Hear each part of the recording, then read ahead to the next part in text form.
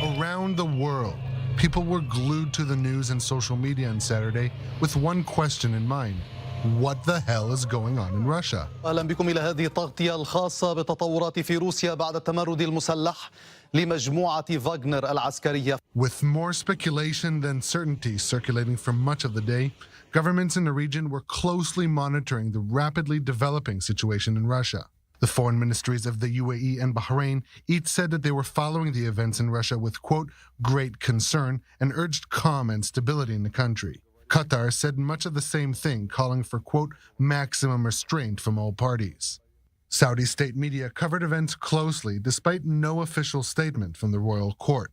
And the Middle East knows the Wagner Group well, as for many years it's been engaged on behalf of Moscow in regional conflicts.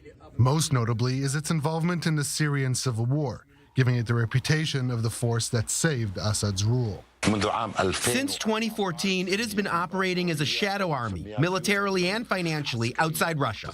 For example, in Sudan, its intervention in Syria in 2015, Libya in 2016, Mali, and South Africa.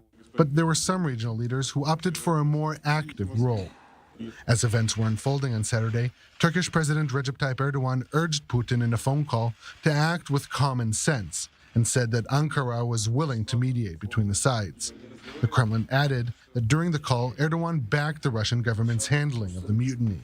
Meanwhile, Iran, who has been closely cooperating with Russia in Ukraine, had its foreign minister tell his Russian counterpart that Tehran supports the rule of law in the Russian Federation and considers the latest developments there an internal Russian matter. And so, with the chaotic situation in Russia seemingly over, at least for now, it illustrated once again how regional leaders tend to sit back and wait to see how the dice fall, before perhaps backing the wrong horse.